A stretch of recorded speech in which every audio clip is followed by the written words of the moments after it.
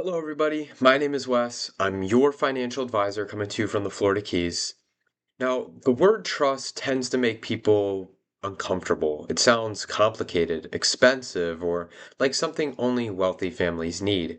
But trusts are actually just tools, and when used correctly, they can bring much clarity, control, or peace of mind into someone's life. Today, I'm going to walk you through what a trust is, why you might need one, the most common types of trusts, and how these trusts are typically set up. Let's jump right into it. So, what actually is a trust? Well, at its core, a trust is a legal structure that holds assets for someone's benefit. It's as simple as that. Now, there are three key roles in any trust. First, you have the grantor, the individual who creates the trust. Then you have the trustee, the person who manages the assets. This would be someone like myself, a financial advisor, who would go in and place trades that align with the goals and objectives of the trust. And finally, you have the beneficiary.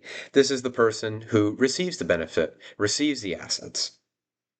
Now, a trust document lays out the rules, such as how are the assets managed, when the assets are distributed, and under what conditions will the beneficiary receive the assets.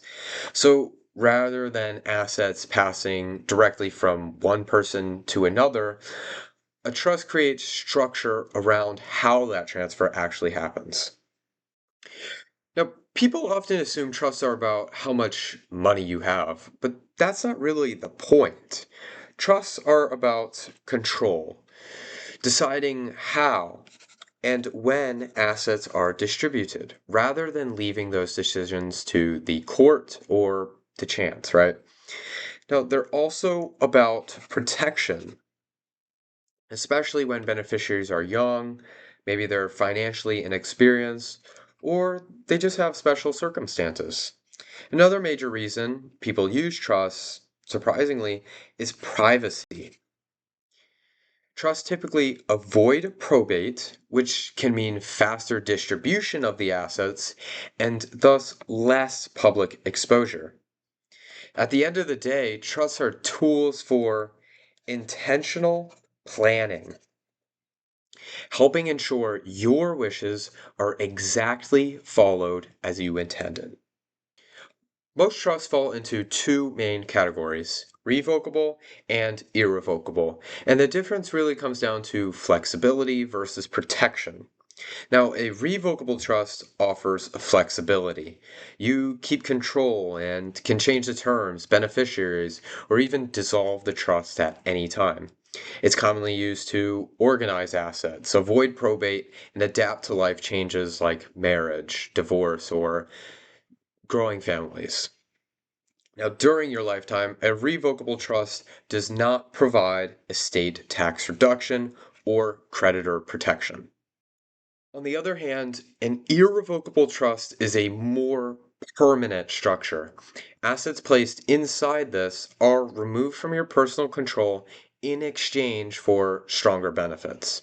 Because you no longer own the assets directly, irrevocable trust can provide estate tax advantages, creditor protection, and eligibility planning for certain government benefits, depending on how it's all structured, right? These trusts are purpose built for specific long term goals like a wealth transfer, asset protection, or special needs planning, not really flexibility. To possibly make it a little bit more clearer, you can think of a revocable trust as a living document that evolves along with you, and an irrevocable trust as a fixed commitment designed to protect and preserve assets for long term objectives. Setting up a trust isn't about filling out a generic form. It starts with clarity. The process typically looks like this. First, you define your goals, right? Control, protection, privacy, or maybe it's legacy planning, whatever it may be. Next, you identify which assets may belong in the trust and who will serve as trustee and beneficiaries. Then The trust is structured to align with those goals and coordinated properly with legal documentation. This is where working with a financial advisor matters because the structure needs to match your overall financial plan, not really just exist on paper. Trusts aren't about complexity, they're about creating structure and certainty. And when used properly, they help protect people, not just assets. And if you're considering whether a trust makes sense for your situation, the first step is understanding your goals, not jumping straight into the paperwork. Sometimes your decisions are irreversible, so please take your time when creating and filling out a trust. Thank you all so much for watching. I hope that you can take some of this information and apply it to your own life, or just use it for general knowledge.